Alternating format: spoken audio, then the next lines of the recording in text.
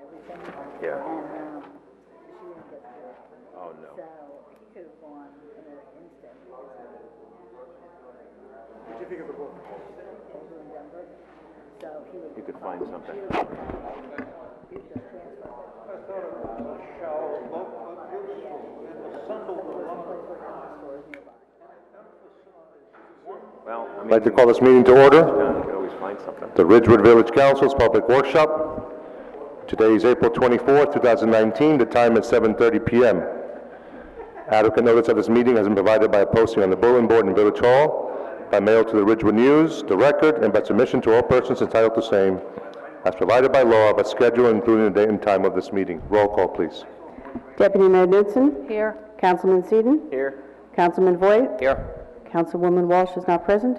Mayor Hache? Here. Please stand for flag salute.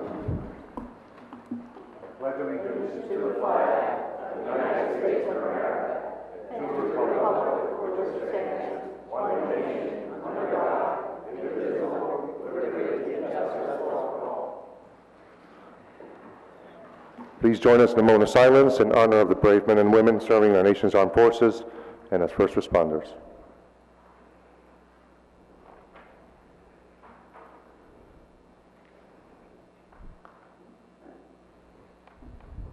Thank you. Good evening. We'll start with public comments, not to exceed 3 minutes per person. Ready? Yes, sir. Good evening, Russell Forenza, 228 Emmett Place, Ridgewood, New Jersey. 5 items. I know I only got 3 minutes, so I'll try to make it fast. The shredding day I thought was a great success. I think the village council should put in their capital budget, if they have room this year or next year, for a shredder with a truck that should be stationed down at the recycle center and that can be used by all the residents or any taxpayer in the town. And if you can make some money on it, maybe you could let it go to some houses or homes that want to do a lot of shredding and have it done there. Number 2, the train situation. I was up there last week, and the dirt. Do you know where that dirt goes that they're excavating out of the train station? Does anybody know where it's going? I'll tell you. It's going to Paramus and Allendale, and that dirt is good dirt. Because I checked with the guys there, they said it's not contaminated or anything. So I don't know why we haven't kept that dirt here in Ridgewood so people could use. Instead, it's going to Paramus and Allendale. Potholes, 3rd item. Down at the recycling center, they filled a couple of them, but they didn't fill all of them. I wish they would get to it, and all the other streets that the municipalities can do. I know there's state, and I know there's county roads that you can't do because of the situation. The water. The quality of the water is terrible, and it's still terrible. I don't know what's going on, but it tastes lousy. The volume, I've obviously one of the restrictions again, as we've been on there since I've been here in 1951, so we can never water properly. Before I get to the next one, I am for the library, just so you know that, and everybody here. Anything that can be done for the library, I'm always for it, and I always will be for it. Valley Hospital. This has got to be the only municipality on the planet. And by the way, I'm prefacing my remarks. I'm not against anybody, or I'm not saying this against anybody. It's just my opinions, and I'm not hitting anybody on it. But all the councils that voted against Valley Hospital, and the reasons they voted, are terrible. We are the only hospital in a nation, in the world, that ever kicked out a hospital or made a hospital move to another town. Think about that. That's a disgrace. It really is a disgrace. And I blame the residents, especially the ones in the district I live in, for doing this, but all the residents in this town. I think there was under 25% of the people came out to vote. The other 75% sat on their rear ends and didn't say a word. So I have no idea whether they were happy or not happy. I guess they're happy. But to have something like that go on in a village like this is just terrible. And I think the village should re-examine themselves, and obviously it's too late now because the hospital is going to Paramus. Paramus scores another victory over Ridgewood, and it seems everybody scores a victory over Ridgewood. I see my time is out. Thank you. I have more things. I want to talk about marijuana and stuff like that, but... Thank you.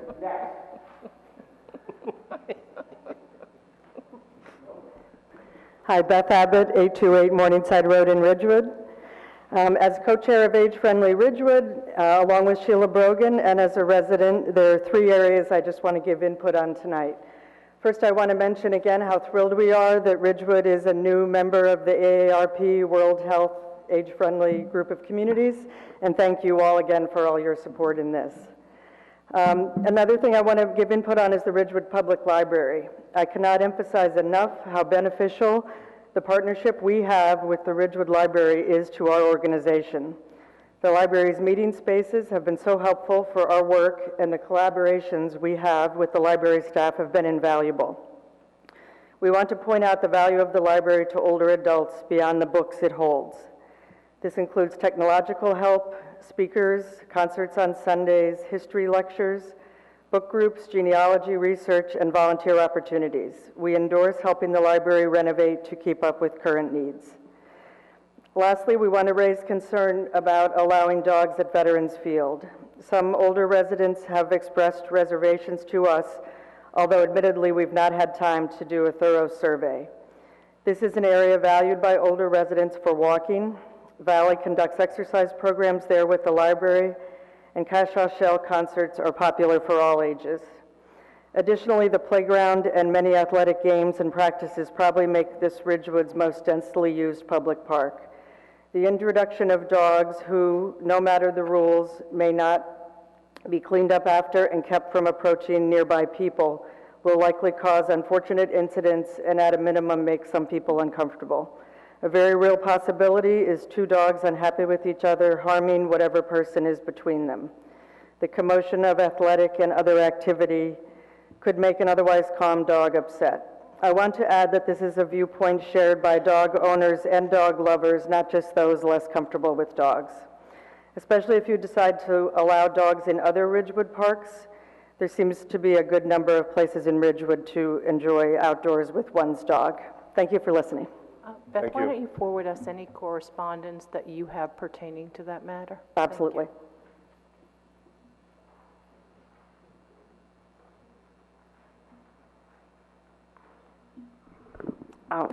Good evening, Nancy Green with the Ridgewood Library.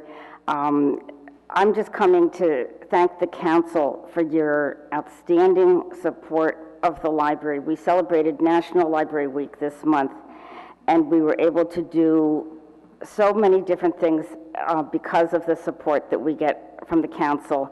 I just wanted to mention a couple of them. We sponsored placemats at the Daily Treat for the first time ever. I don't know if you ate there, but we had advertised all kinds of good library events. We went on site at the Ridgewood High School and brought virtual reality goggles and gave out library cards. We scooped at Ben & Jerry's. We partnered with the Ridgewood Guild and had their International Film Festival at the library. We had a table at the Daffodil Festival. We've started doing something called Pub Trivia Night, where our staff leads trivia at Park West Tavern. We had 80 people last month, and coming up on May 6th is Star Wars, as well as many tech classes. I'm not going to go on myself. We did invite some of the residents who are involved with the library, if they would like to say a few words themselves about. We're not asking for money or approval of anything. We just want to say thank you, and the residents want to tell you how the library has benefited them.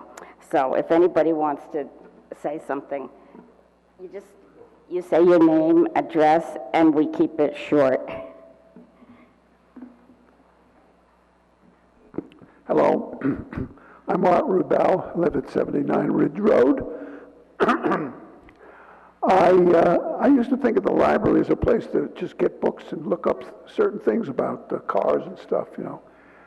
In the last decade or so, where I started to use the library for the resources it had, like the history, the Bolger Center, I found that very useful, and it's really kind of unique. I don't think there are libraries around here who have something as unique as that. Also, all the activities that go on in the library, you know, the movies, mainly the lectures, the discussion groups, the concerts and those things, you know, you're not as noble when you get to be older. And you like it in a nice compact place.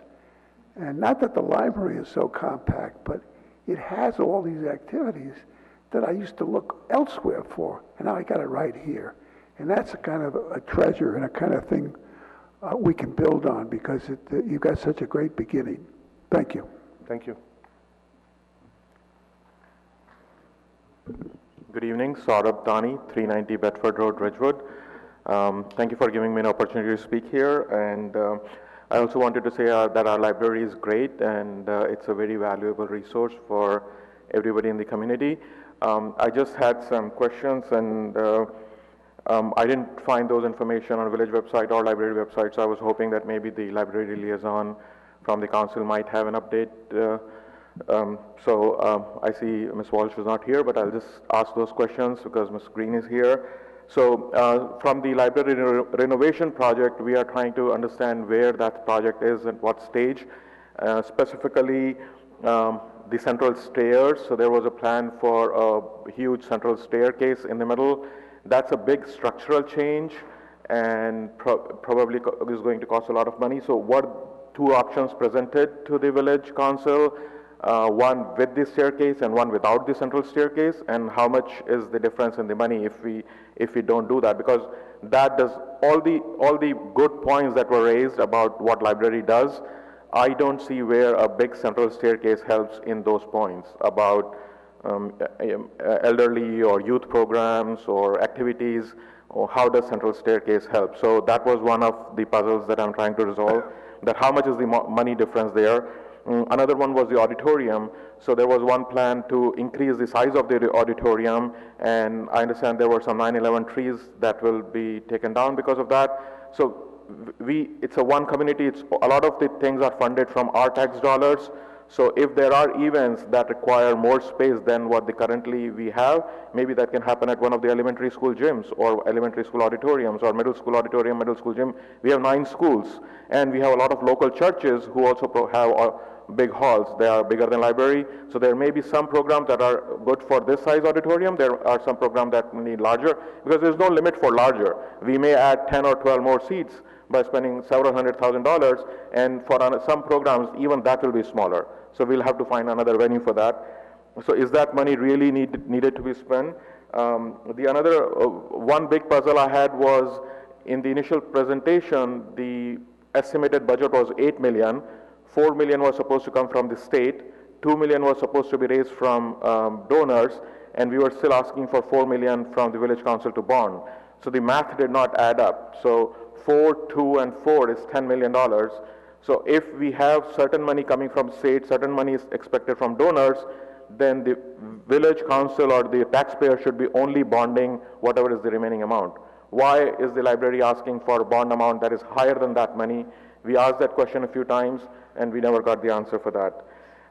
And lastly, I know they are independent body, they independently raise taxes, but village should be making sure that their audits are on time, because their audits are not on time. Thank you. Thank you.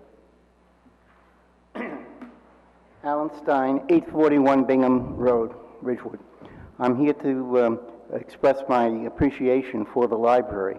It's an entity that serves the entire community, toddlers, school-age kids, other adults, and I coordinate the activities of the Hobbyists Book Club, which benefits immensely from the support. Some of it is technical, mechanical, and some of it is just academic. And we get an amazing amount of support from the library. And we have, the Hobbyists is an organization of 450 men, most of whom live in Ridgewood, or the others are in adjacent communities for the most part.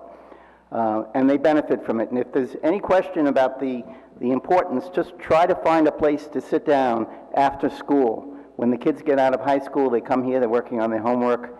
You know, the toddlers are finished, the school kids show up, and into the evening, the rest of the community. So I have been associated with libraries since I was a middle school student. We worked as volunteers in the school library. I've never experienced a library that is as fully, a full panoply of activities for basically everybody in the community. And for that, I'm grateful. Thank you. Thank you. Good evening. I'm Mr. Lorenzi. I'm 202 South Van Dien Avenue, and I'm here to request the decision will be made to what I already approached you many a times, almost 14 times. From this, since that I have something then I would like you to receive now from me, if you permit me. So then I give you some clip from just last week on the news and the newspaper. They develop certain things. So I would like you to read it. If you. Is this for us to keep? Yeah, 2 kids. Okay. Okay. Oh. Thank you.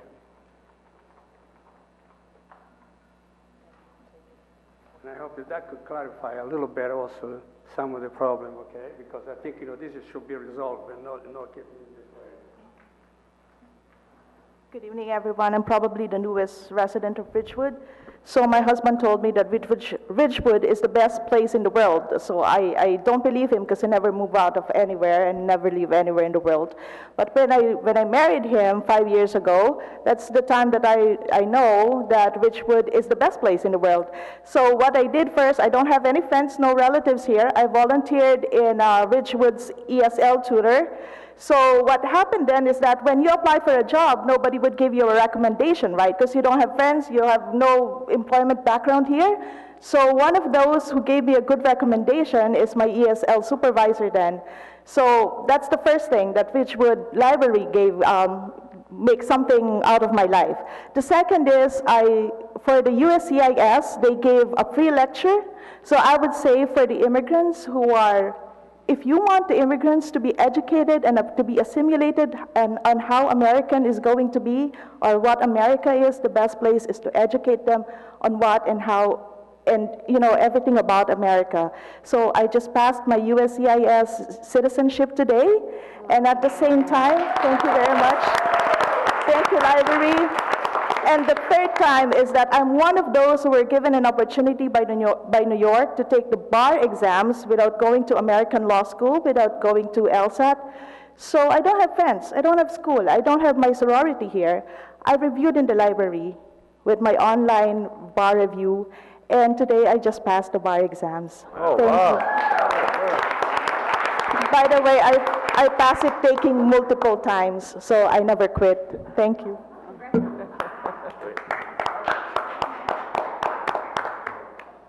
Raul Gersten, 352 Cedar Avenue, Ridgewood.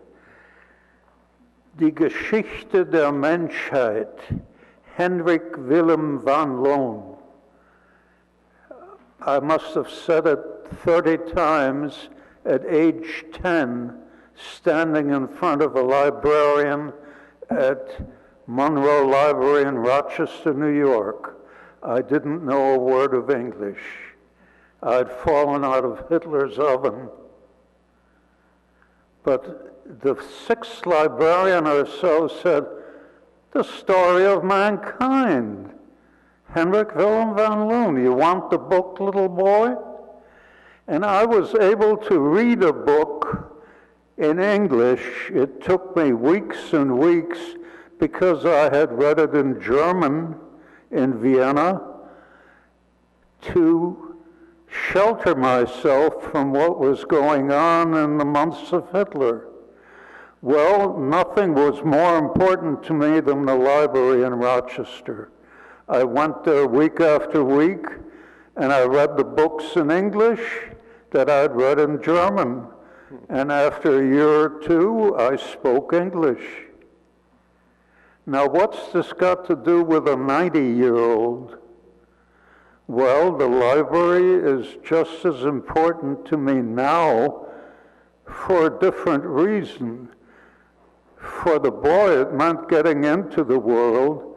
For me, it means remaining in the world. The books that I read, 2, 3 a week through the library, give me a place to be, a place to live. I never feel alone. When I go to the library, I often say jokingly to the librarians, this is my second home, but it's not a joke. The books, to many, and I can't be the only old person saying this, is the place where we are sheltered in the world, where we still have a part of the world. And I hope that you continue to keep the Ridgewood Library as marvelous and safe a place, not just for me, but for many of the old people my age. We need it. Thank you. Thank you.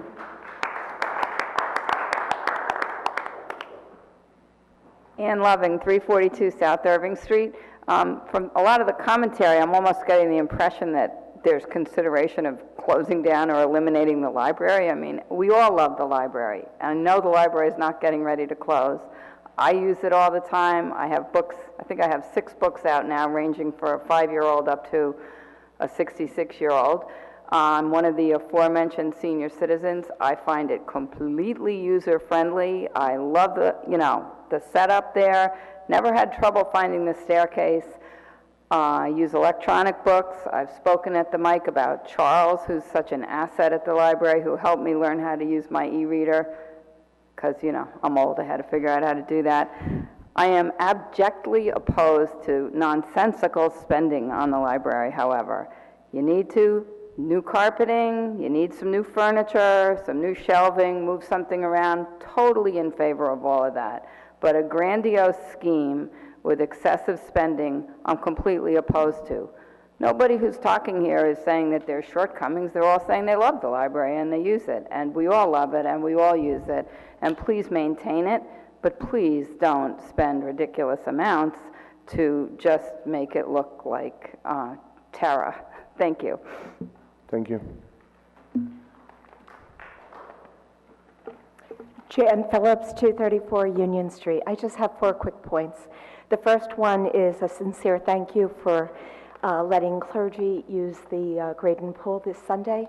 When you look at all the craziness that's gone on during the last month with regards to religion, the ability for Ridgewood to allow an Easter service on government property was really kind of special. The second piece that I'd like to bring up is just a reminder that Pride Month is coming in June, and again, I would like to ask the council to consider putting up a flag. Several of us from the old crab meeting have been reassigned to Glen Rock, and Glen Rock, as most of you know, will be doing a full month flying 2 flags, not including the high school. So one will be at the municipal building and one will be at the park, followed by a big social event. The third thing is I was contacted as the former chair and turned over the information to the new chair of CRAN about the possibility of changing Columbus Day. And after the horrific events of September 11th, CRAB worked with the Board of Ed and several other groups in town, and we used to do Alla Day, and it was a big, wonderful festival. So if that is at some point on the thinking or the agenda, I just want to support that. And I just want to add my voice to the library being the lifeline. I serve on 2 senior committees, and the staff and the presence of everyone at the library has just been amazing. And I don't mind my tax money going to make that place fabulous for aging friendly in Ridgewood. Thank you. Hi, I'm Elsa Carbone, 21 Randolph Place, Ridgewood, New Jersey. I just wanted to say that when I first moved to Ridgewood, I used to walk my children to Pease Library so that they could go to the Children's Story Hour. In the intervening years, I've seen the library grow and expand and become just better, better, and better. I've had art exhibits, I've gone to art exhibits, I've gone to plays, I've gone to musical things. I volunteer in the Bolger Center, so I see people come from all over to use the resources of the library. And I just want to say that if we don't continue to support the library in every way that we can, we'll be back at the Pease Center. Think about if we never spent any money, where we'd be now. If you take a book out of the library like I do every week, you get a little receipt, and on the bottom it says you saved so much money, which was the price of the book if you had bought it or if you got it through Amazon or whatever. And I just want to say, in my 50 years of living in Ridgewood, I've probably saved $40,000. Thank you. Thank you.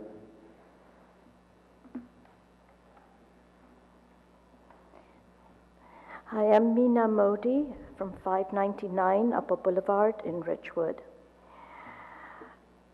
The heart of our community, the Ridgewood Library, is a secular democratic center where everyone comes together. In a divisive environment, it is where we share our common love for books, foreign policy, cooking, movies, music, and more. The building provides space to bring people together, but it is not the building, it's the people who give it merit and value. Our family moved here from the city 25 years ago. We did not know anyone in Ridgewood. The first place we turned to was the library. Countless hours were spent within the comfort of the pages of a book and a warm, welcoming staff. Roberta's father-son book club was a special time for my husband and son. Gina welcomed the boys as volunteers and gave them their first weekend and summer jobs. I have done teen yoga and meditation programs at the library. As our lives have changed, the library is still a part of it. Teaching ESL at the library, I see now, and as you've seen from other speakers, that new residents from other countries naturally gravitate to the library for a sense of community. In a place where they do not know anyone, the library welcomes everyone. The outstanding ESL program run by Victoria and Nancy, who's recently retired, caters to individual needs. Teachers and students learn from each other, shedding our often incorrect perceptions of the other. It is more than just an ESL program. We mentor, we help with the difficulties our students encounter in schools, hospitals, doctors' visits, and so much more that we all take for granted. We become the friendly face they count on. The library is the place that brings us together, and I'm not making any comments one way or the other about the budget.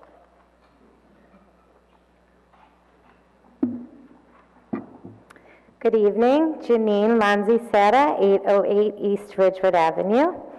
I have been a resident of Ridgewood since 2008. I have 3 children in the Ridgewood school system, and I personally visit the library weekly with my children. We've enjoyed story times, workshops, and the ongoing freedom of book borrowing. We love it. We really enjoy ourselves there. Professionally, I'm a member of the ESL program at the library. I am so proud to say that I feel that I get as much out of this program as the students do. I've been tutoring ESL students for 4 years now, and I've worked with several wonderful people from various countries, including the Ukraine, Japan, India, and China.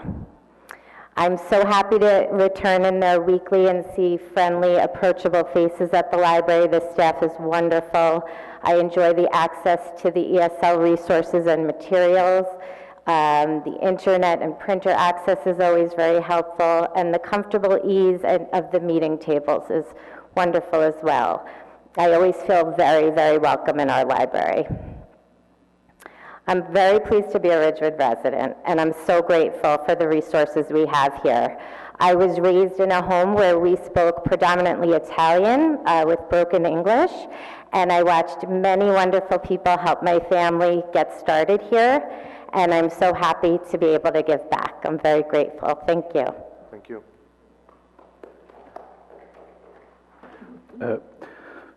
Good evening. My name is Da Wang. My wife and I and 2 daughters live in 379 South Pleasant Avenue in Ridgewood. I'm also a graphic designer. 2 years ago, I immigrated to the U.S. from China. When we moved here, my wife handled most of the communication matters, such as opening a bank account, speaking with my daughter's teacher, because my limited English skills. I took some ESL courses in BCC last year, but the class was large, making it difficult to make good progress. By chance, I learned our library ESL program. As an ESL student, I received one-on-one instruction from my tutor. I have not only improved my English, but also received advice for tuning my resume as I search for a full-time job. I have become much more comfortable with conversational English. Even at this time, I can stand here and don't run away. 2 weeks ago, I returned to Shanghai for a design project, and I communicated well with a French designer in English. It was unimaginable in the past. This has encouraged me to continue improving my English. My whole family enjoys coming to the library. My eldest daughter is 7 years old. She likes to sit in the corner of the library and read quietly.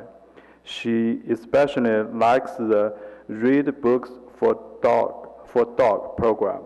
Do you like it? I hope in the future I can also be a tutor to help new immigrants improve their English and quickly integrate into our community. Thanks for listening. Thank you. Good evening. Neil Sullivan, 335 East Ridgewood Avenue. I came here to speak about the library. Before that, I would just like to thank the council for having public comments before the meeting. I come from a town that had it at the end of the meeting and didn't have many people there, so I think that's a great idea. I think it's a great idea. You know, there was an ad on the radio years ago. Some people wouldn't remember it, but some people would, for Martin's Paint. And Martin's Paint produced a lot of products, but people just knew it really as paint. And their ad was, "We ain't just paint." Well, the library is ain't just books. Library has basically become the community center of Ridgewood. Whether you want to go for a lecture on health, diabetes, Alzheimer's, you name it. A lecture on income tax, a lecture on just about anything. It's become a public speaker's thing, a format for information about so many different subjects. It's probably one of the most eclectic places in Ridgewood.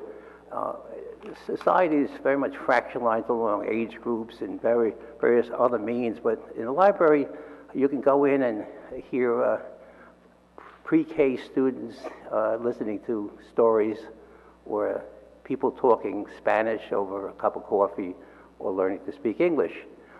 You can see teenagers studying in the afternoon after school. You can see people in the hobbyists at the Foreign Policy Association. It runs all the way from basically infants up until, vintage years, let's say. I don't think there are very many places in Ridgewood that would have that cross-section of people reaching that wide range of people. So I think the library, since there isn't a community center as far as I know, it's basically somewhat become the center of it, whether there's hobbyist paintings or artworks or photos hanging in the library. It's a meeting place for many people. If you want to hear a Gilbert and Sullivan rendition, or else various kinds of singing. I mean, it's got a lot of different things in there. It ain't just books. So I think as a community center and as a place of learning, I think we should support it. Thank you.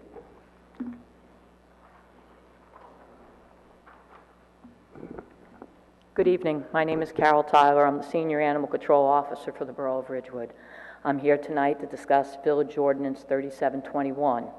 After lengthy discussions with their health officer, since we get to deal with a lot of dog issues, we did want to let you know our opinions on this ordinance and maybe help spread some light on it. It is very good that the parks will be open to dogs, most of the parks. Actually, Tabernacle Park is the most beautiful dog park that you've created, because not only do you have a walking path with macadam and some grass for the dogs, you have a trail down to the brook where they can wet their feet and really have some fun. And if people aren't using that, they're missing out on a really good thing. But Vets Field, it's a highly used field with many citizens, especially those who do not want to encounter dogs. There's signs at every entrance to your park saying that no dogs are allowed, and that's why people are comfortable being there. And I've had people approach me when I've made people leave the park with their pets and thank me for it, because they really do have, some people really do have a complete fear of dogs. We do geese chasing at that park. And the reason I can do geese chasing at that park is there's no dogs to interfere with the working dogs. We did have a situation last winter that now was kind of funny later, but I sent the dog chasing the geese and didn't know that someone who walked into the park with a very big lab. She got dragged by her dog as it decided to encounter my dog that was working. I grabbed her dog, calmed everything down, and she yelled at me that my dog shouldn't be off leash. I explained the dog was a working dog and that her dog wasn't supposed to be in the park, and we came to a decision there that she would walk at the other parks, and I told her some really nice places to walk her dog. Vets Field has many children all day long, especially in the summer. Your summer camps leave grade and use Vets Field. Children run, scream, and play. People with walkers, canes, strollers, bicyclists use that park. Dogs do like to chase things like bicycles and definitely can get twined around people's walkers and canes. Many sporting events go on at that park, and I do think it's great, and I used to think it was really neat if I could take my dog to watch my children play sports, but it's really not the place for my pets. There is screaming, yelling, cheering, excitability, and what I witness is people tying their dogs to the benches and ignoring them, and just as equally, parents ignoring young children. And this is where we get involved in the encounter. The child gets bit because no one is paying direct attention. So mostly we want to tell you that we really feel that there's a lot of beautiful parks in town. There's over 10 parks that people can attend if you take Vets Field out of the ordinance. There's also a county park less than a mile and a half from here. You do have 24,958 residents. You have less than 2,000 dogs. Even if every one of those dogs live in a residence, that's less than 12% of your residents. I think giving them 10 parks to play in, and those are nice parks that are more conducive to the dogs play in, because there's less interaction and noise, is a great idea. I would just ask that you take the Vets Field out of the ordinance. Thank you very much. Diane Palacios, 342 North Vendine. I hope there's time for me to talk. I was watching you on television, as I usually do, not thinking, normal interest that I have. And I heard people talking about the library renovation, and a lot of times in terms of being old and age-friendly. Well, Nancy Green, the director of the library, has plans to make a larger center for teenagers so they can congregate after school and study and talk to each other. And I think that this is vital in our society today. That Nancy Green said the cost in extra taxes, if the fundraising comes through, is like less than $20, $15. Even if I don't have very much money, but I would gladly put in even several $100s more for a teen center, and let me tell you why. Dr. Virginia Hyman, who died and led the Ridgewood Reader's Choice book that centered on the classics, and I wrote a tribute to her in the Ridgewood News and the book. Her favorite classic was Hamlet, and Hamlet, she said the important part of Hamlet was how it related to teenagers today and forever.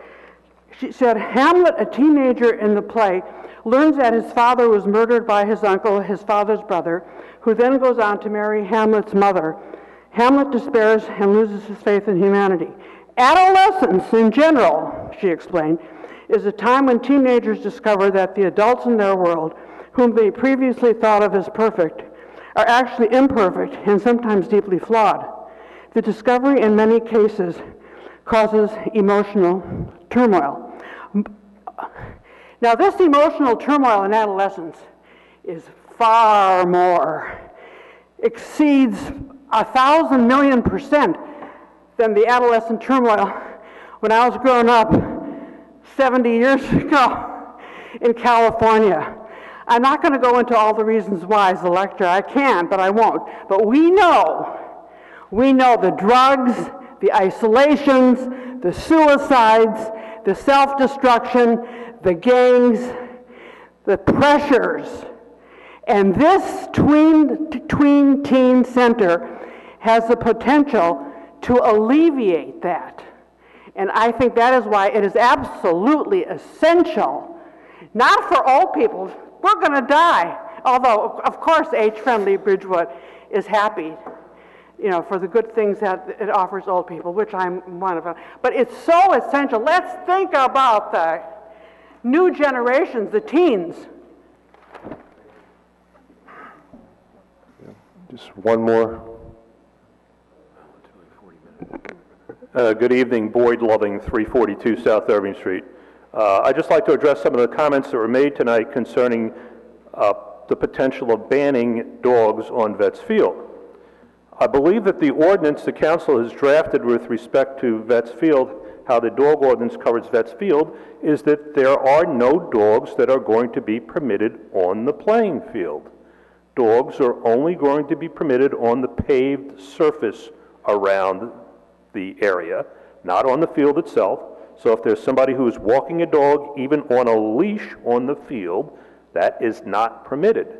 So people are going to be permitted to have their dogs, the way the ordinance is currently being proposed, is on the paved surface only, not on the field. So there should be no dogs walking on the field or running on the field as it stands now. The last time I looked, I qualified for the senior citizen discount that's being offered by New Jersey Transit. There was a comment made by Ms. Abbott before she left the room that senior citizens oppose dogs being permitted at Vets Field. I do not oppose what the council is planning to do. I'm a senior citizen. I can walk and chew gum at the same time and watch out for dogs. Doesn't bother me. I'm a dog lover.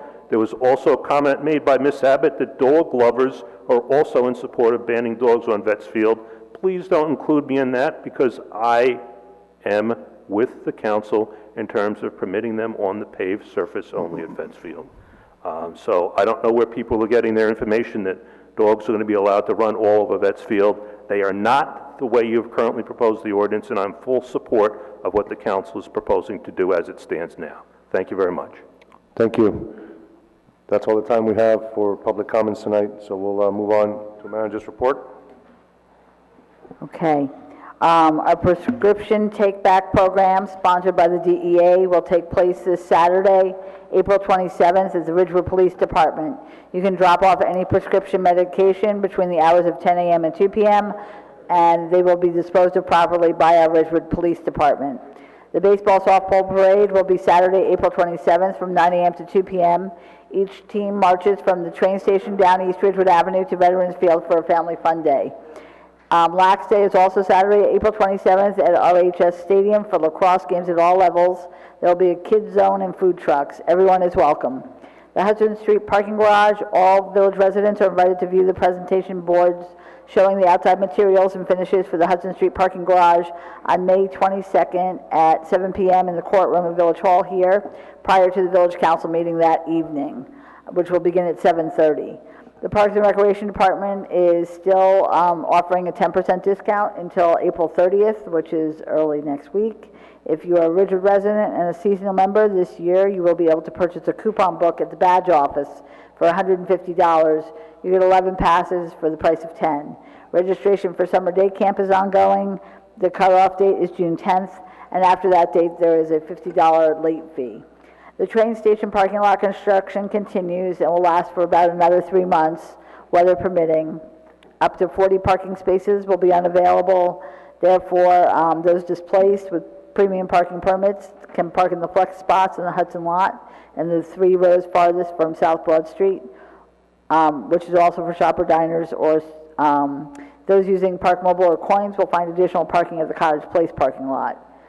Age-friendly Ridgewood, the Valley Hospital, and the Ridgewood Public Library cordially invite you to come and meet Ashton Applewhite, author and activist against ageism, on Tuesday, April 30th at 7 p.m. in the Bulger Auditorium in the Ridgewood Library.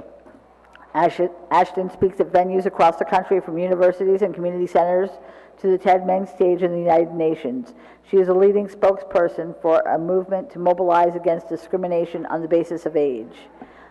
I want to remind everyone to sign up for e-notices, which is to stay up to date on Village News by clicking on the button Sign Up for Alerts at the bottom of the Village website. And finally, I want to let you know that the sound in the courtroom, the changeover to the new sound system is going to begin this coming Saturday, and that the new televising system and cameras, that install is scheduled for May 4th. So there's improvement in sight. All right, thank you. Councilman Seaton?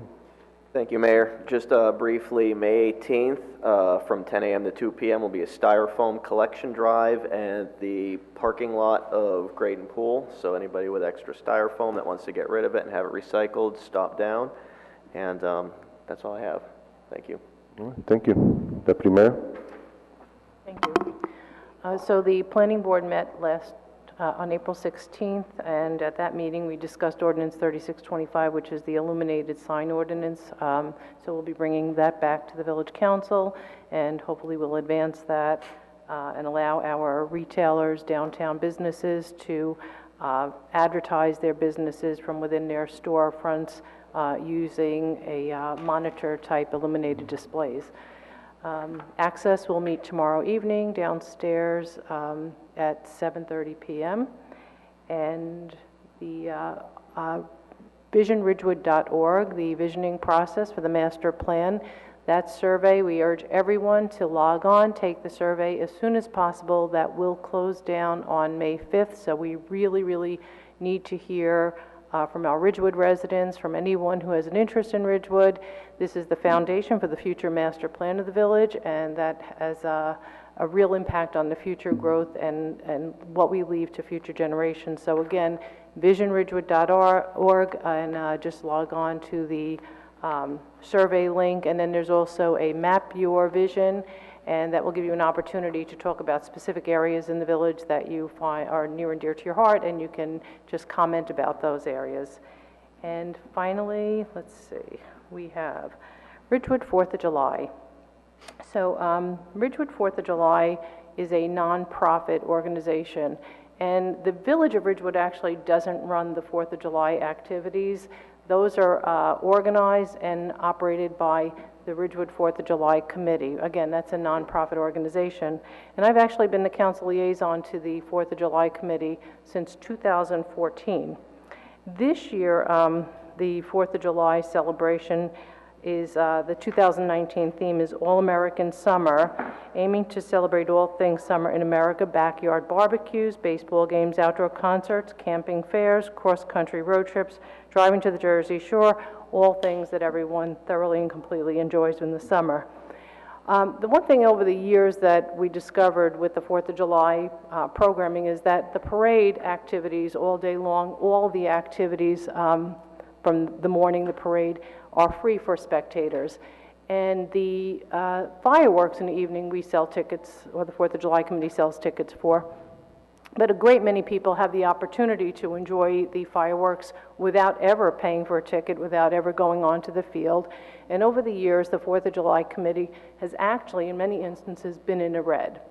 And as years go past, many of the sponsors, the money comes in, it's less and less. And some people might note that the skydivers have been cut from the program. The fireworks are a little bit shorter. The bands, we've kind of incorporated different music programs into the parade so that we have to pay less and less for the band and the entertainment. And the Dad's Night Band actually is the entertainment in the evening, and we always know the Dad's Night Band, if anyone's not familiar with it, they're just phenomenal. That's the Somerville Hall's Dad's Night program, so they're just like really crazy wonderful. But I do ask everybody to consider making a donation, because as much as we've said in the past to support the tradition, this year we're looking to save the tradition. So I ask everyone to log on, whoever, if you can find it in your heart, to help us save the tradition and keep this tradition going for generations to come. Log on to, let me just make sure I have this, ridgewoodjuly4th.net, and there's a little donate button. at the bottom. And you can just make any contribution at all would be helpful in continuing this tradition. So again, that's the ridgewoodjuly4th.net. Please log on. July 4, Ridgewood, July4.net. Actually, if you just Google Ridgewood 4th of July, it'll bring you there. And honestly, the costs over the years have increased. The cost of fireworks are more, the cost of police and security, the bomb sniffing dogs, which actually the fireworks kind of set those fellows off a little. But really the cost increase and the money is less and less, and we try to be very cognizant of the cost of tickets when family members come and they want to bring groups over. So please do log on and consider any small contribution so we can support the tradition and save the tradition. Thank you. Thank you. Councilman Boyd. Thank you, Mayor. Citizen Safety met last Thursday. They wanted to reiterate that they fully support the Franklin Ave upgrade on the traffic lights and the pedestrian crossings, and they asked if it could be expedited, if at all possible, with the county. Starting in May, there will be school assemblies on the issue of safety. May is Walk to School Month, and Stop, Look, and Wave will be front and center during that time frame. The owners of Starbucks, or the owner of the building of Starbucks on Franklin Ave is paying for improved signage, improving the curb cuts, adding permanent rubber posts on the street so there's no left turn into Starbucks, so that's hopefully going to be a positive addition. There was an issue raised as it relates to the Irving Street crosswalk on East Ridgewood Avenue. When people get off the bus at the end of the day, they cross that street, and they practically have to run across the street based on the fact that cars are driving so fast on the street. Since it's a county road, we've asked the county to look into adding signage for some kind of a alert when people cross that particular crosswalk. They also asked if it's possible to engage in a study on what it would take or what would be needed to put a sidewalk along the southern side of West Glen from Hillcrest going up to Heights and up to Monroe. Heather, I think I'd asked you about this $50,000 in the capital budget that's for West Glen. Is that for the intentions for that, or is it for something else? I'm not sure. Our CFO actually is not in this week. I will confirm that as we move forward. Good, thank you. Lastly, Toiletry Tuesday is May 7th for Ridgecrest Senior Housing.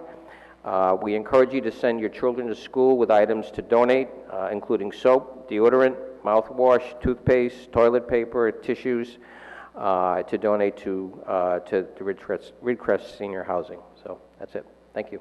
Thank you. One question, the intersection Irving and Ridgewood, is it the western or eastern? It's the north-south, going north-south. North-south? Yeah. On the east or the west side? Okay, so... Towards the high school or towards the downtown? Towards downtown. Towards downtown. Yeah, yep. Thank you. All right, just a couple of things to report. The 9th Annual Ridgewood Gill International Film Festival is happening right now. Tonight was the opening night at Bowtie Cinema.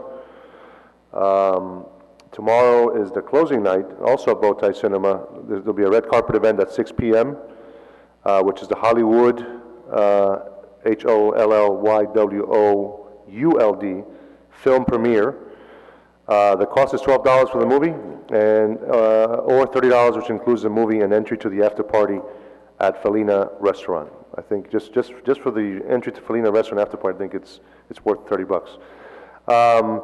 There will be awards and after party at Felina's. You get a chance to mingle with Eric Roberts, who's the star of Hollywood, and the cast and crew and other filmmakers as well.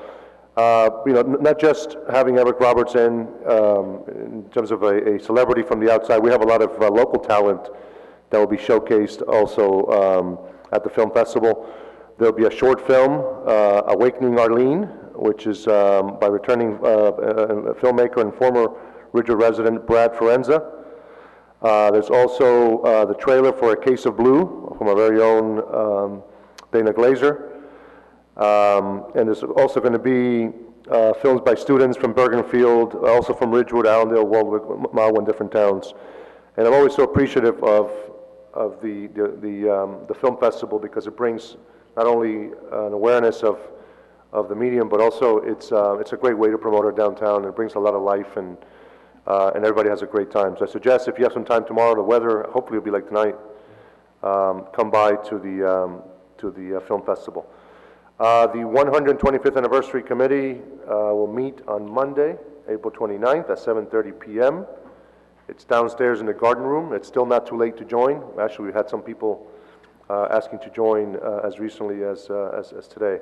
So if you want to be a part of that and help us plan the series of celebrations to commemorate the 125th anniversary of Ridgewood, please do so.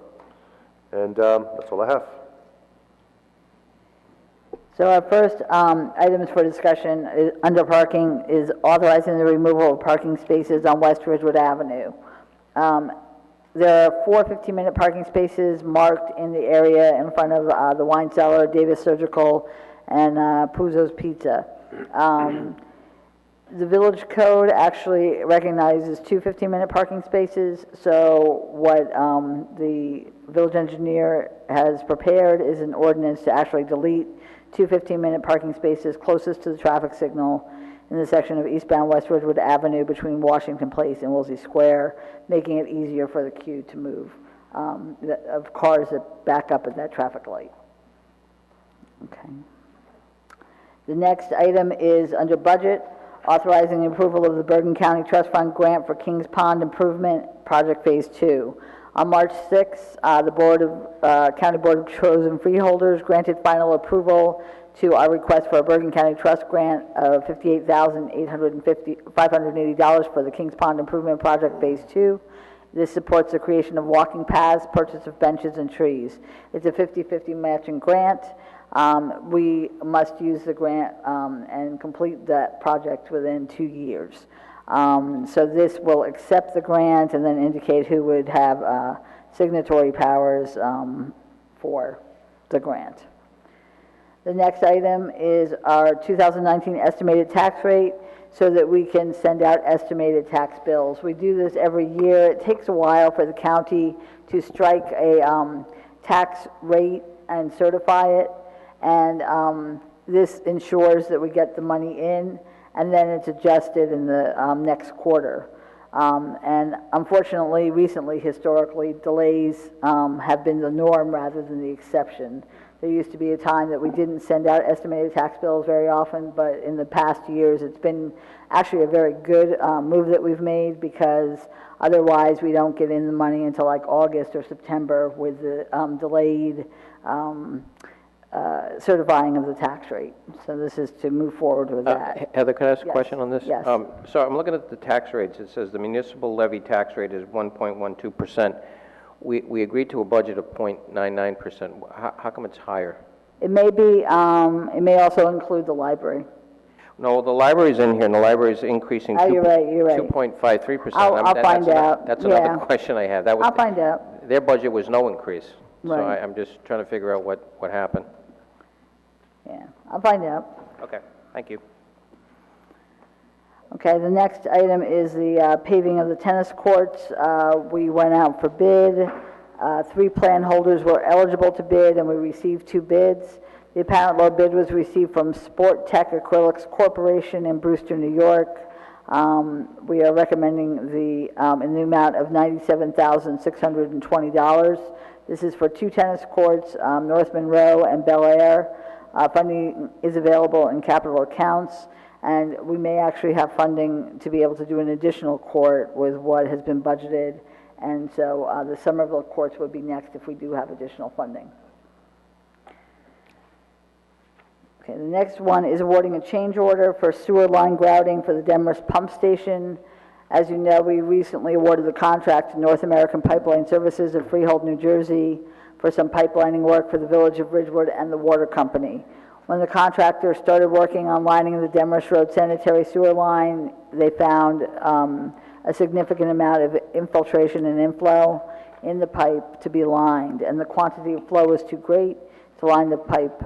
So therefore, the contractor recommended that the pipe be grouted first to stem the infiltration and inflow.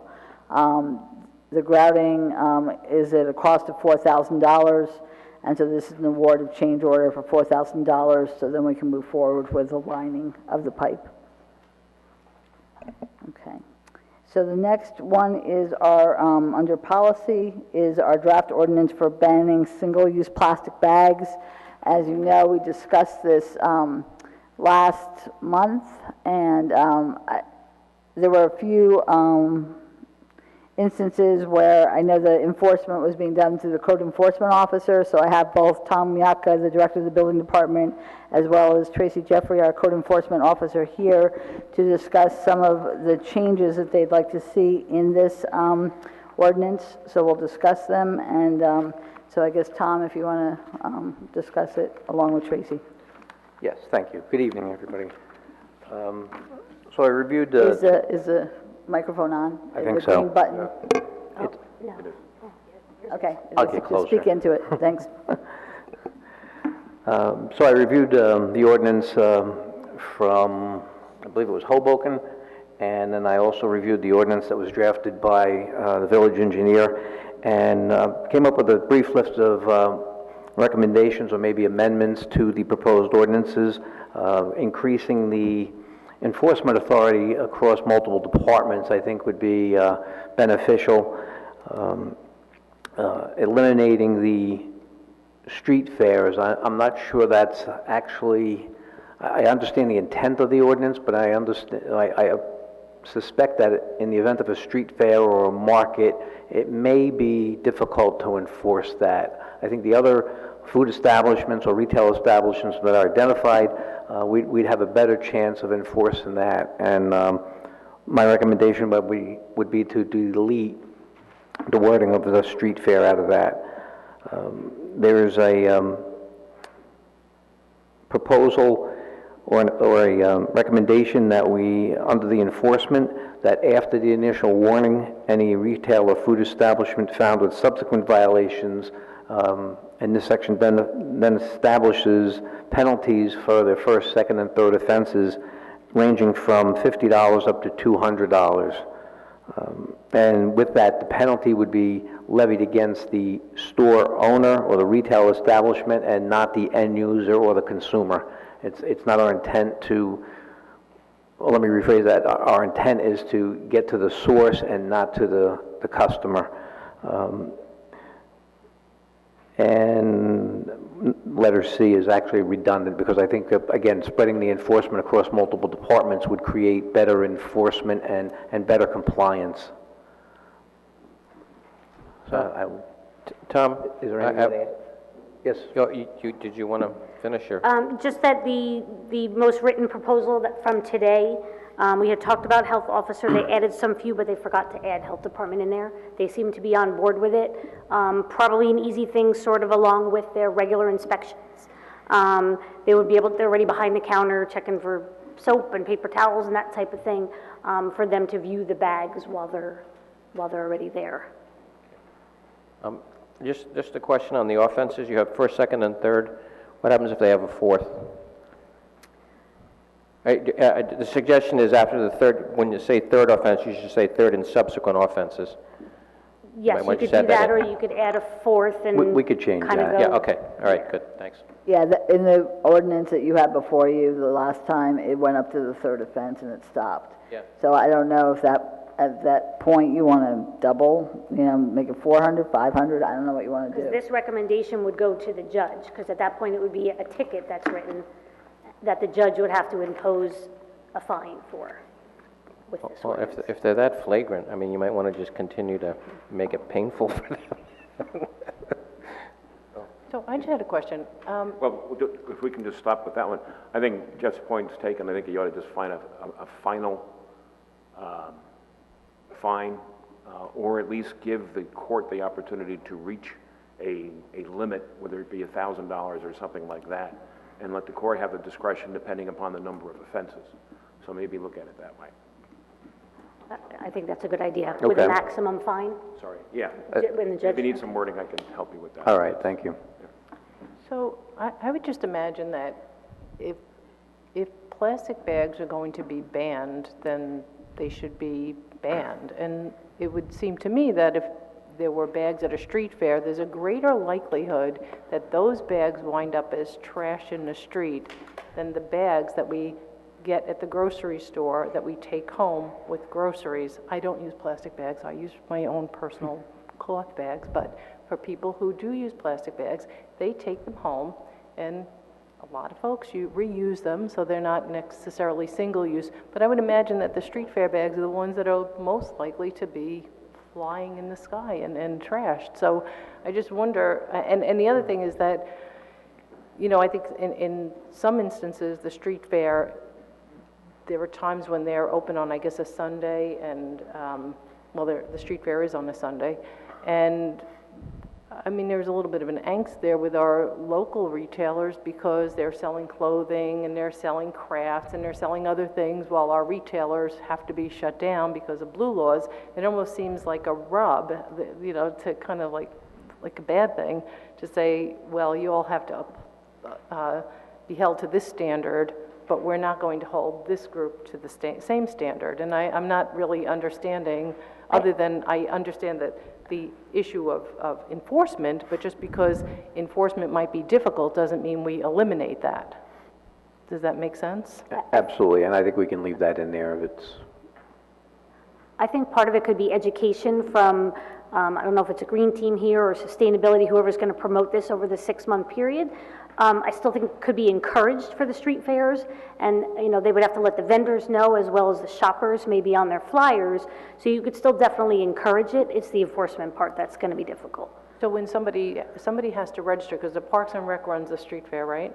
Parks and Rec runs the street fair, and somebody has to register, and they have to pay for a table. So when they register and pay for a table, it's simple enough to say, and please don't bring your plastic bags, because we have an ordinance that we're not allowed to use those, and there will be enforcement, and there's a potential fine. So it seems to me that the education and information happens at the beginning point where people are registering. Okay. And that's the plan. That's the plan for the 6-month delay, and REAC and the Green Team are going to get together and do this. And I think, you know, that there's speeding laws, and on Ridgewood streets there's only 25 miles an hour, and people still speed all the time. So you enforce it where you can, and you obviously can't be everywhere. So this is one of those things where if at least it's on the books, and somebody's flagrant, and they come back year after year, they just have like a bunch of bags or something like that, would at least be there if we really needed it. But with the encouragement, and I think putting it on the registration form and letting people know far in advance when they register that plastic bags are not allowed, would probably alleviate most of the issue. I agree with the tweaks that have been suggested. I like setting the maximum fine, give the judge some leeway in terms of what fines he feels will be appropriate, depending on the number of offenses and the degree. While it might be difficult to enforce the street fairs, I think we need to be, it needs to be applied evenly across the board. It can be difficult, but you know, again, the suggestions on how to do it better. Anybody else? Comments? I had some other questions about the next pages. Can we go on? Okay. So on definitions, we have recyclable paper carry-out bags, a paper bag that is 100% recyclable overall and is compostable. And then on the following page, it says allowing reusable and recyclable paper carry-out bags fees. All retail establishments or stores may make available to customers reusable and or recyclable paper carry-out bags for the purpose of carrying goods. So if paper bags that are being used in a, we'll just say shopping store, grocery store A, if those paper bags aren't recyclable material paper, if it's not, hasn't been recycled, it's not made of that. Oh, I see what you're saying. Then, because I think a lot of bags are not made of recyclable materials. I think that they're all new materials. So am I misunderstanding that? Because I understood as the intention is the bag itself is now recyclable, but you're saying is the beginning product made of recyclable material?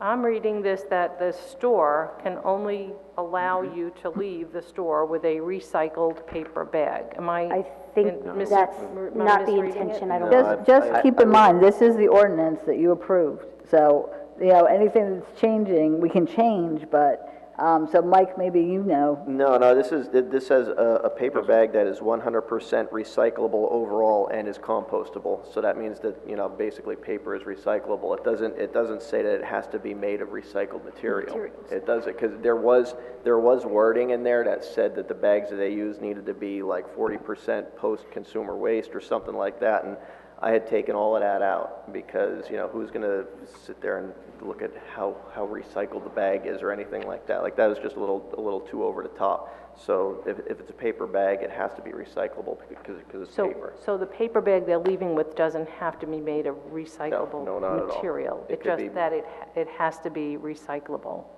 Yeah, and you don't even have to recycle it. You could make a paper airplane out of it or throw it in the street if you're so inclined, but it's paper. Okay, I just We hope that you misread that. recycle it. Okay, all right, understood, sorry. I just maybe misread it this time. Okay, all right, all good. Thank you. Thank you. Okay, so we'll make these changes, and then we can introduce it in May, adopted in June, and the effective date could be January 1st of 2020, because of the 6-month delay. Yes. Right. Okay, thank you. The next one is the dogs in parks. I think there was one, it was North Road, right? So, yeah, because I went to North Road Park, and it is not landlocked. There's a path right in, there's no obstructions to it, and it is village-owned property. There's, at no point at that dead end are you walking through anyone's private property, so. So we'll add that to, Right. that they can be on leash, correct? Oh, yeah. Is that what so- you're yeah, recommending? no, same thing, leash. I mean, That's what you're recommending? right. C, Right, it'll be in section C. correct. Okay. So I just wanted to bring that back, because we hadn't discussed it, because as, I did send you the photos and the Yes, the you zoning. did. It's the You zoning did. map and photos I sent, okay. correct. Right. Right, but I wanted to bring this back to state that we're going to add that to this ordinance. So I'm assuming we can just add that on the floor, right, without having to republish it? One more, Yeah, we'll let that not be a substantive change, but just an addition. okay, great. There was some concern expressed tonight about the dogs on the Veterans Memorial walking path and jogging path. I don't know if you wanted to discuss that or not, or... You know, we hear from maybe one or two people one way, but we've heard from a lot of people, others, that think this is a great thing. So my opinion, just me, is that let's pass the ordinance as we did, and we can always monitor it. But quite frankly, I mean, I walk the field all the time. I'm there. I don't see this as the issue that it's being made to be. I don't see it at all. So I think we just monitor it and see how it goes. It's still, a dog still has to be on the leash. And you know, you have to watch your dog. Yeah, the concern I have is if people, they also bike on that path, and they also run on that path. If you have a dog in the way, I mean, you gotta kind of navigate that. I don't know if that's an issue. I mean, I see it as an issue. I'm concerned about it. I don't know how you guys feel about it. You know, on the Bergen County, the Duck Pond path, people, they used to rollerblade. I don't see anybody rollerblading anymore. I think that's past, right? Nobody rollerblades anymore. But they bike, they jog, they're with jogging strollers, there are dogs, there are people, there's a lot of activity. And I don't think we're hearing this kind of issue at all. I think that responsible dog ownership is responsible dog ownership, and you know, you watch your dog and you shorten the leash when somebody comes by. And if there are dogs, you know, dogs like any people, sometimes there are dogs that are more emotional, they're, you know, more energetic, and they respond differently. And I think people kind of know their pets. I think they know their animals. So I think another way to look at it, you know, we talk about the ordinance allowing dogs in certain parts of the park, but I mean, I've been on these fields quite a bit. I've seen dogs on the field. they're there.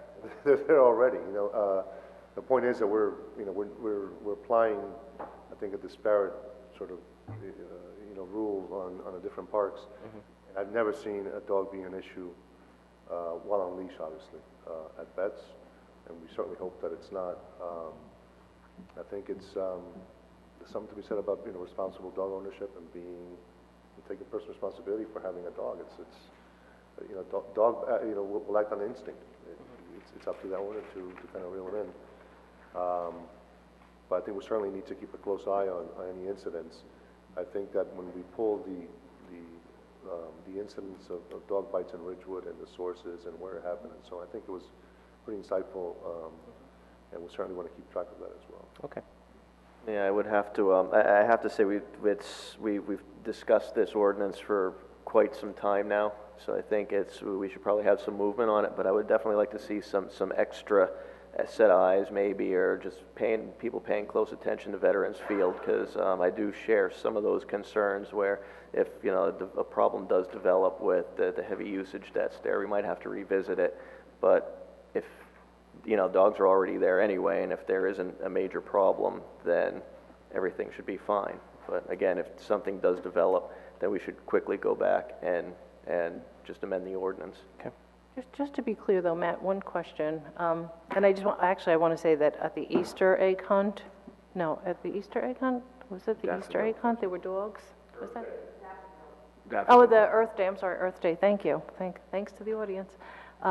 There were a lot of dogs because there was a dog costume contest, like dress-up contest. There were a lot of dogs, just lots of people had their dogs there, and there wasn't any problem. But just a question to Matt. On the Veterans Field, if somebody goes in there with an emotional support dog or any kind of service animal, they would be permitted. They would not be, even today, with or without an ordinance, they would be permitted in that environment. Would that be correct? I think this question was asked once before, and service dogs come in different reasons and different causes, and if it was someone who would have been classified, say, as a seeing eye dog for seeing assistance, that would probably be okay. I would say that emotional support dogs, things such as that, would probably not be okay. And I don't think ADA covers emotional support dogs. I'm not sure. I don't think so. But I think it's on a case-by-case basis in regard to that. Well, anyway, so we monitor it and see how it goes. I think it'll be fine. Okay. Yep. Good, thank you. The next one is the Technical Assistance Grant, Floodplain Protection Planning Activities. So through the Bergen County Open Space Recreation Floodplain Protection Farmland and Historic Preservation Trust Fund, that's a mouthful, through that group and the Land Conservancy of New Jersey and the Rutgers Cooperative Extension Water Resources Program, we would have a shared services agreement to document and map a floodplain acquisition plan.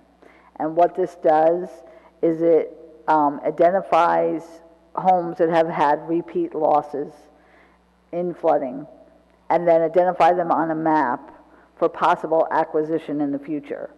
This would be free of charge to the village. As I said, it would be developed through the Land Conservancy and also Rutgers Cooperative Extension Water Resources Program. So basically, this would allow us then to apply for Blue Acres grants if we wish to move forward. And that allows us to acquire contiguous flood damaged properties, remove structures, and then you permanently preserve the land for recreation and conservation purposes. So it adds to our open space. So the important thing is, first of all, it's free of charge, and it does not obligate the village to purchase the properties. It just lays out a plan if the village decides to purchase the properties through Blue Acres funding. If we choose not to do that, we don't have to do that. There's no obligation, there's no liability. By identifying it, it's kind of like identifying possible open space purchases for the future. It's been used in several municipalities. I believe Oakland has used it. I believe, I'm trying to think who else in Bergen County. But it's been very beneficial for those towns. Some have purchased, multiple homes, some have maybe purchased one, and some have purchased none, they just have the plan in place. So it would require a resolution of the council to say that they wish to go into a shared services agreement, and then the county freeholders would have to approve it as well. We were visited several months ago, probably like 8 or 9 months ago, it was a long time ago, by the Land Conservancy of New Jersey and the county to discuss this with us. And it's because several homes in Ridgewood have had repeat flood losses. And so they kind of try to identify those municipalities as possible ones that would want to have this flood protection or flood acquisition map created. So it's up for discussion. I think one of the other things that they highlighted was that a lot of the homes that have been subject to the repeat losses also could experience reduced marketability in the event that the homeowner is wishing to sell the property, which is an issue then, because now you're holding on to something that really is not, worth what you think it is. The one exception, Heather, correct me if I'm wrong, was that once purchased and if the home is removed, the only structure that would be allowed on the property would be like a public bathroom. Is that the, yeah? Yeah, again, it would require possibly floodplain, DEP permits, that type of thing, but it's possible that there could be bathroom. But again, we'd need DEP permits to do so, probably. I mean, this always concerns me because it's this out, and, believe it or not, these homes provide, because they are at a reduced market rate, they provide an entry-level house for homeowners who are just trying to get into the town. So they're trying to buy into Ridgewood. There is a market, believe it or not, for homes, even when they have, flooding issues. I just always I'm a little concerned that we continually take those homes out of our inventory, and there is actually a market for them. So, but it wouldn't stop somebody from purchasing a home, knowing the conditions, pre-existing conditions of flooding and so on. I mean, that's not going to stop anybody from doing that. Yeah. This is really just to create that map, and then whether or not this council or any future council decides to do anything with it is up to the governing body. And again, they're going to look at more those who have repeat losses and continual flooding, as opposed to those who may get flooding occasionally. So, I mean, I think it's, beneficial in the fact that we can get this done for free, identify those properties, and then have that as a resource if we choose to go forward in the future. So Heather, you said this is a shared service agreement. Correct. Does that mean for the purchase of the house? I mean, is it 50-50 or is it how does that work? It's just for the map. Oh. No, I know, but so it's decided after we put the map together, and then whatever council will decide whether. And if a council decides to purchase a property that's had repeat losses through flooding, then what would happen is that we could apply for Blue Acres grants, which are like Green Acres grants. Yep. So I believe they're a 50-50 match. Okay. I believe. All right, got it. All right, thank you. And then, but do we have an idea how many houses? Because when I'm thinking about it, I think there are entire streets and neighborhoods that actually could wind up on this map. Well, again, I think this is why it's a good idea to get this map so we see where they are and what they are. I don't know that it's going to be entire neighborhoods because it's based on repeat loss with insurance companies. Some people may or may not file with their insurance company. If they get a flooded basement, they may just pump it out themselves, So they base it on that. Are you interested or not is what I'm looking, yes? I think it's important because there's so much development, not just going on in Ridgewood, but all over. Streams and rivers don't just start and stop in Ridgewood. They go through multiple towns, so we don't really have control over the development in any other towns. And as this keeps happening, there's less and less permeable surfaces, so flooding that might not be a big issue now, 10, 20 years in the future might become a big issue, and properties that have issues now might just get so inundated so often that they'd almost become worthless. So this isn't something that I see us, you know, going after properties next year, anytime relatively soon, just depending on how things proceed in the future. It would be nice that if some council in the future has these problems and these issues to deal with, that they could turn around and say, okay, well, we have this plan in place, and we're already 4 steps ahead of the game, and now we can make a decision on whatever, they can make a decision on whatever they need to make a decision on. So, yeah, I'm for it. And Mayor Hache? Yes, okay. And Deputy Mayor Newton? I'm still thinking about Okay, it. I have a week, okay. I have a little time, right? I don't have to make a decision tonight. No, you don't, but Okay, we're going to keep put it reviewing. on Think about it, think about it. the public Think about it. meeting on May 8th, because we have a majority. I'll think about it. So the next item is under operations, authorizing access to the North Walnut Street parking lot for monitoring wells. The ELM group is working for the town garage property at 120 Franklin Avenue. They're requesting access to the test wells that we have in the North Walnut Street parking lot. They're investigating contaminants, volatile and semi-volatile organic compounds and metals, among other things.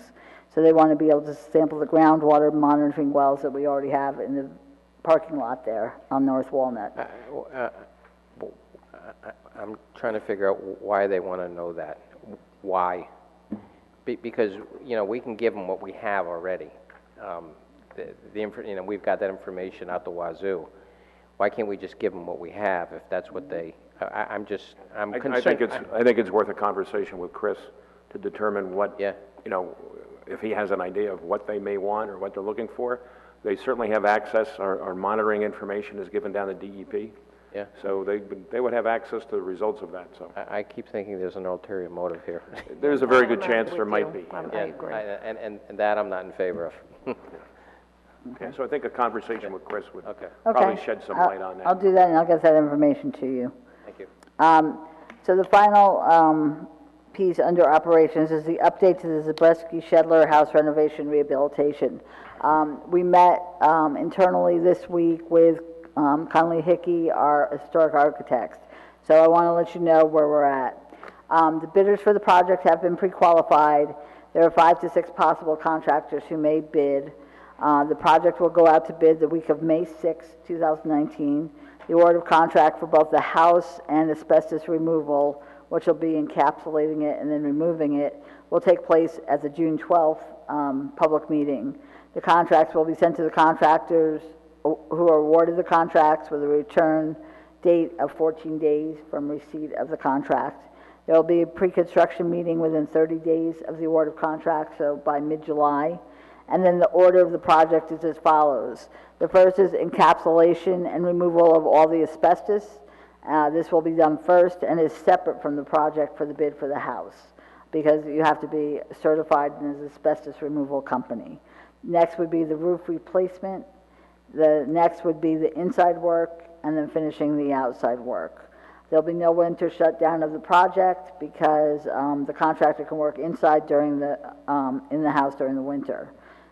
We learned that both the parking lot and the playground at the Shedler property will have to go to SHPO for approval because it's an historic site, and the projected completion date is by June 2020.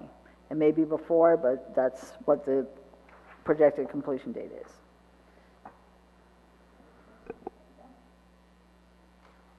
All right. Back to public comments, not to exceed 5 minutes per person.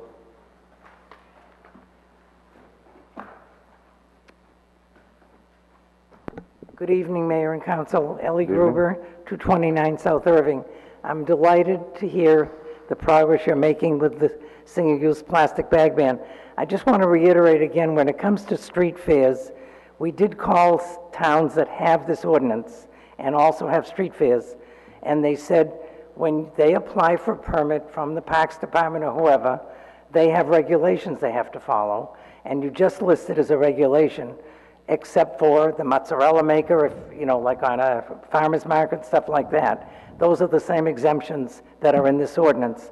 And I'm really thrilled, and I thank you. I think everyone's going to thank you for this. And Mike, thank you for explaining about the paper bag. That's understandable confusion. It works, is all I can say, and people appreciate it. And I think you'll be congratulated when people get used to it. We have 6 months to educate them, and I'm sure there'll be opposition, which is on anything, but I believe you've done the right thing, and I really, really thank you. Thank you very much. And I just want to say about the Blue Acres thing, this makes so much sense. It was effective in Wayne, which is in Passaic County. People foolishly built their homes in flood areas, and you know, everyone's responsible for redoing the house. This way, I'm not sure that people run to buy a house that was flooded. We looked at a house when we first came to Ridgewood, and when we looked in the basement, I mean, the lines around, we weren't going to buy it, no matter what the price was. So I think this makes a lot of sense, and I think making a map makes a lot of sense too. And the state, it's been a successful program. They bought quite a few houses out. The people, you know, insurance costs us all a lot of money in the end, and this avoids those kind of costs. So I think it's an excellent program. Thank you.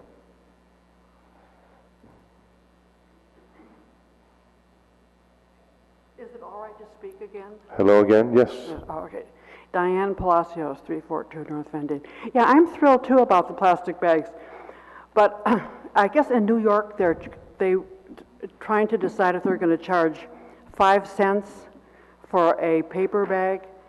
So I think what the New York Times said, basically on plastic and even biodegradable plastic, is that it takes years and years for it to biodegrade. Meanwhile, it does damage to wildlife. And many of them biodegrade into microplastics, which is bad for wildlife and bad for us. What Michael Seaton, I guess I'm not supposed to mention the council person's name. I think he had mentioned composting. In Oregon, it's mandatory. What they do is households will put their compost, their scraps, in bins that the town picks up, like we do with recycling. And it's a very, very strict law. You had talked about composting in Farallon and other towns that they were going to start it, and you said you were going to.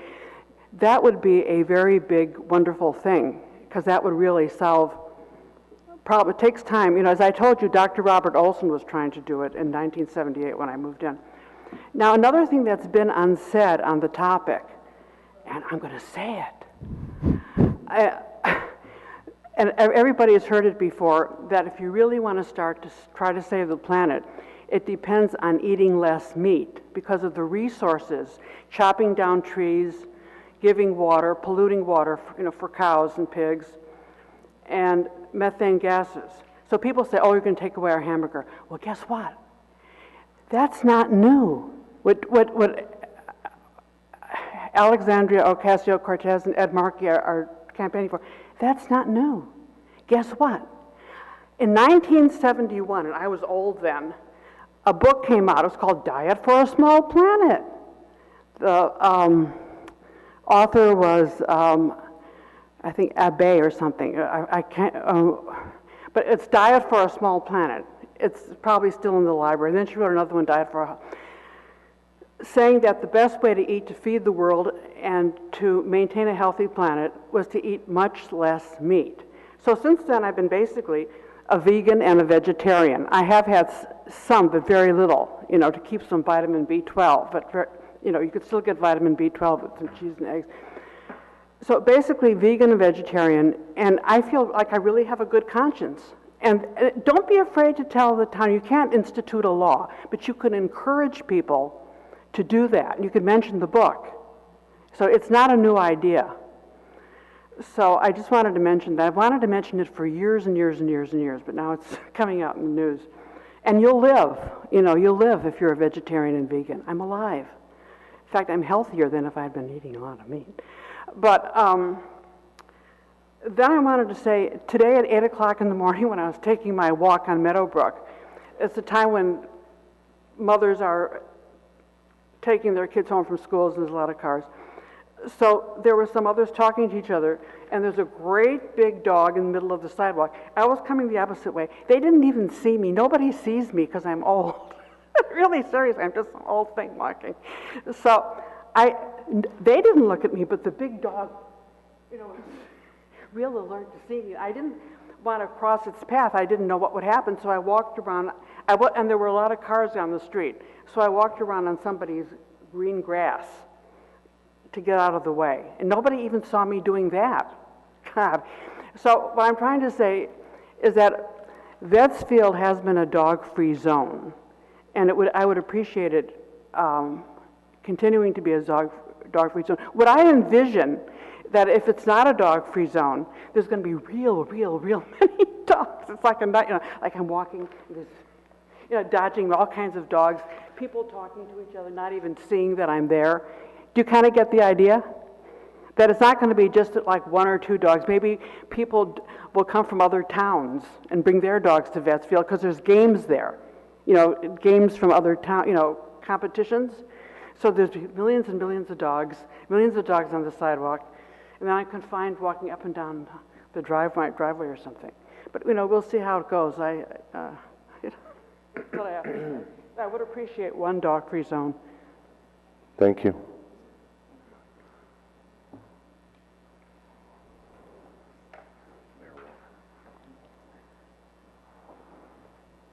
Russell Forenza, 228 Emmett Place, Ridgewood, New Jersey. Sewers. The sewers in this town that have dry wells have got to be cleaned out. If they're supposed to be 6 feet deep, they're only 3 feet deep. The water lays on the street. It takes 3 or 4 days for the water to go down. It doesn't happen. Get a crew out there to start cleaning out these sewers so the water doesn't lay. In the wintertime, it becomes ice, and I live on a dead end, and my street goes out to Linwood Avenue. You can skid right out to Linwood Avenue and not stop. So they have to salt it every time the temperature drops. And I'm sure there's other places in town like this, but it's also a bug problem too, because mosquitoes, with water laying there, that's how you have a problem there. Plastic bags. Dump the ordinance. It's terrible. Hoboken is not Ridgewood. Ridgewood is not Hoboken. What you got in Hoboken is a bunch of 20-somethings and 30-somethings that are progressive liberals, and I know we got a lot here in Ridgewood, but you know what? This is Ridgewood. Hoboken, most of these young people don't have children and don't have families. Ridgewood has families. They have kids. Kids like to drink out of straws. What they said up here about the source and the customer, we're going to make the source pay. Well, let's face it, folks. The source will pay, but it's the customer in the end that's going to pay. They always do. You're going to find them, they got to have some way to make that money up, they're going to come after you. Badges. There's no senior discount on badges. Now, what they say, the $30 is a discount. But let's remember, senior badges were free, so now they charge $30. So there's no discount. I'd rather have dogs at Veterans than geese. The dogs will keep the geese out. The geese go any place they want.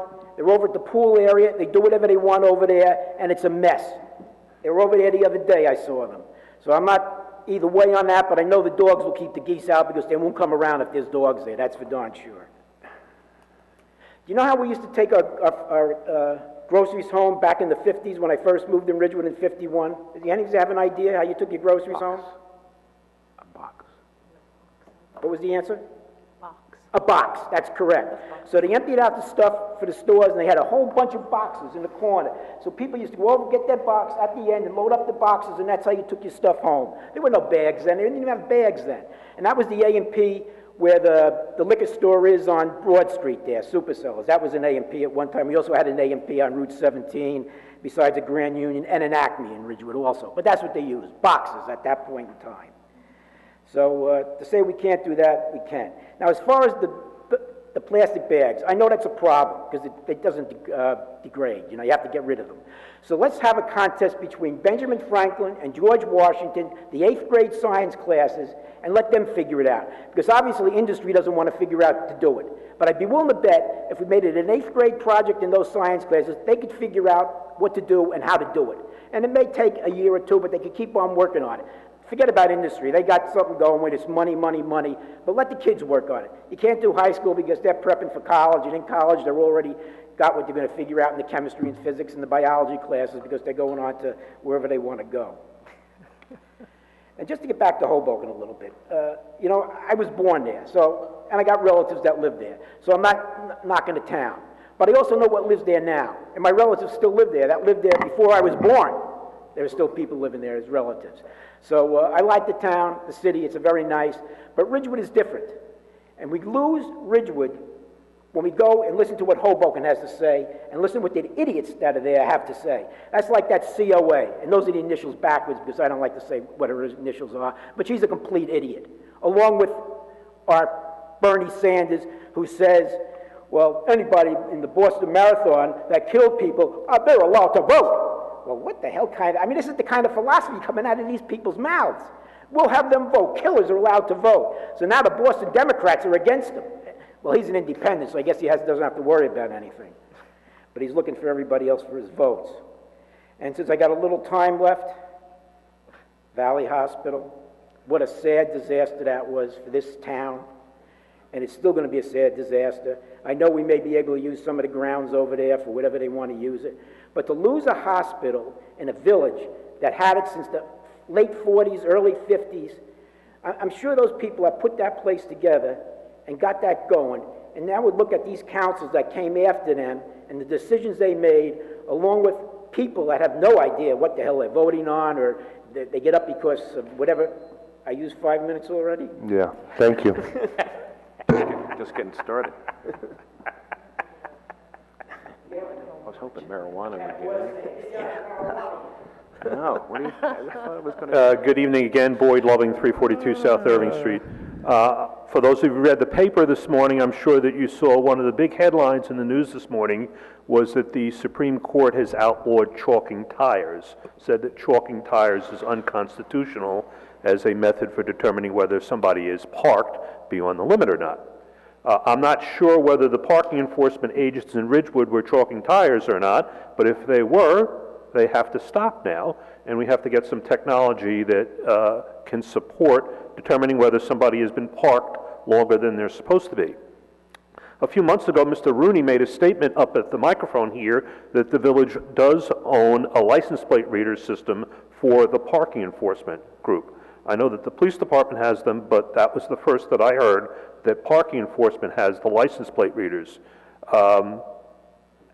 Like Mr. Ferenza, I have family in Hoboken, and I see Hoboken uses that technology on a daily basis, on an hourly basis. They drive around with a van that has several of these units mounted on the roof, and if you're parked longer than 4 hours, the van catches you, kicks out a computer printout, and the parking enforcement agent comes over and issues you a summons.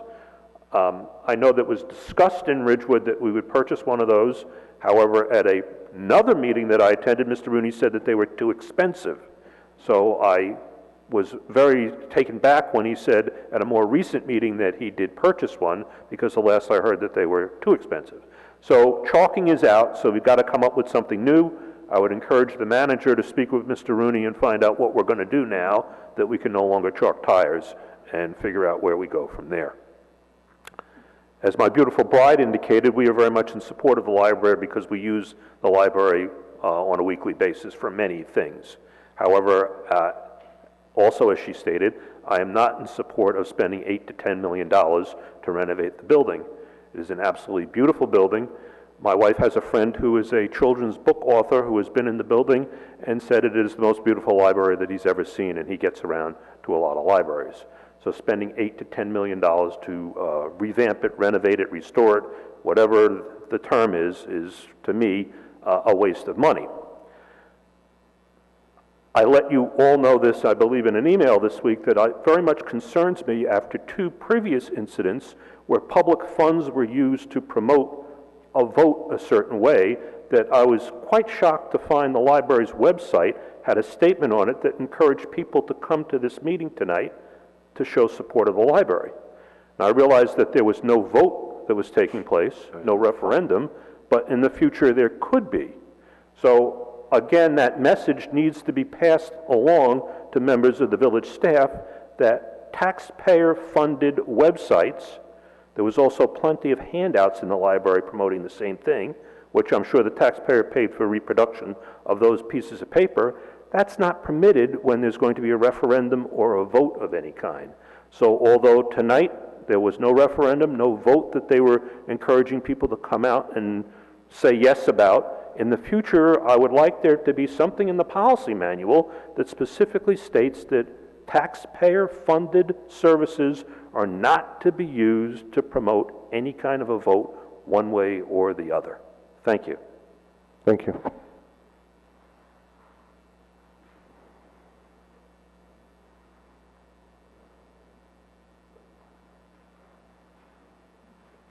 Good evening again. Saurabh Dani, 390 Bedford Road, Ridgewood. I just wanted to share two observations. One is from all the members, residents who came today and spoke in favor of library, I did not hear any one of them saying that a renovation is needed and a large-scale renovation is needed. They all appreciated the library. They all appreciated how the library works today.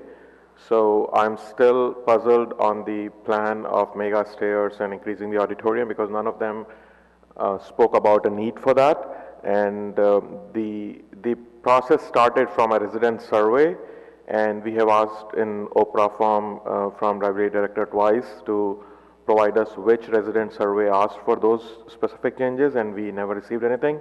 So I have not seen so far that residents want that grand stair or enlarged auditorium, even today or the original resident survey anywhere. So that was one observation, that we don't know where that requirement is coming from. And the second observation was when the library presented its plan here, the council asked to come up with a plan B or a smaller plan also, and when they came back for the second time or even today, so far we have not, residents have not seen a second plan. So maybe it was shared with the council members individually or at a meeting, but from what we are seeing as a normal public at these meetings, we noticed that the council asked them for a plan B or a smaller plan, but we have not seen that smaller plan. So those are the two observations I wanted to share. Thank you. Thank you. So can I do my,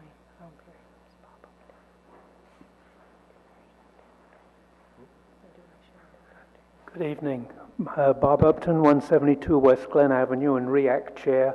I would just want to thank you for considering the plastic bag ban, the work that you've done on it and where you've arrived this evening, and urge you to move ahead with it and pass it as quickly as possible. Thank you. Thank you. Anybody else? Comment? No, sorry. Comments? Public? Council? Anybody? I got something. Yeah.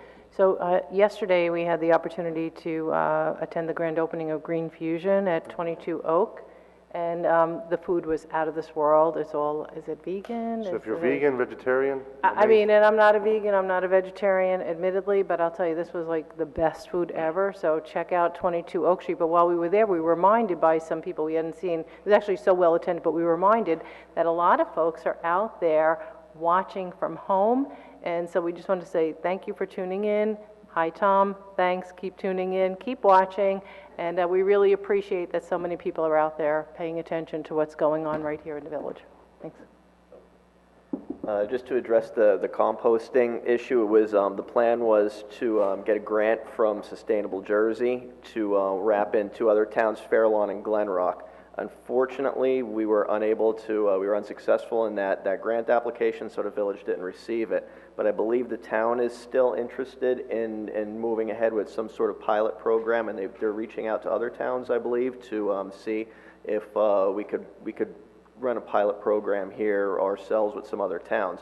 The issue is that, and we've looked into this on REACT for maybe a year, maybe 2 years, and the issue is that the infrastructure for composting just isn't in existence yet.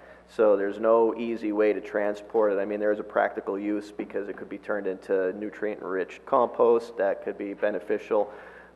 It's wet, it's heavy, it could reduce tipping fees at our landfills. We don't have to put them in the landfills, but unfortunately, it does seem to be picking up steam. And the issue is, again, that there is just no infrastructure available, so we couldn't truck the material anywhere close that made sense. The people we were in discussions with who were going to run the pilot program were from Long Island, and that's why they needed several towns to run the pilot program, or else you would need a real lot of people in Ridgewood. It might be difficult for one town, but if you could spread it out over several towns, then they'd be willing to come in, I guess, once a week and pick everything up. And if it is successful and the infrastructure does get developed, then we'd be able to expand the program. So that's kind of where we are with that right now. That's it.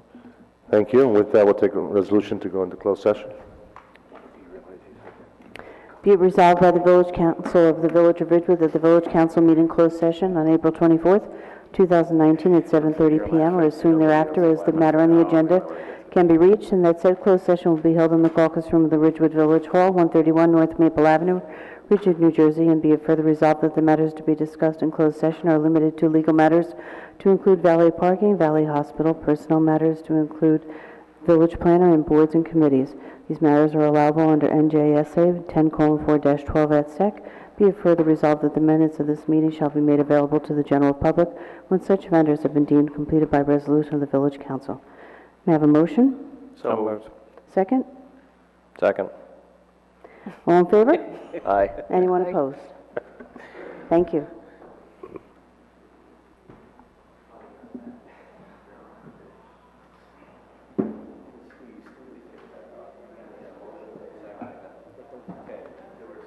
Second. Thank you, sir.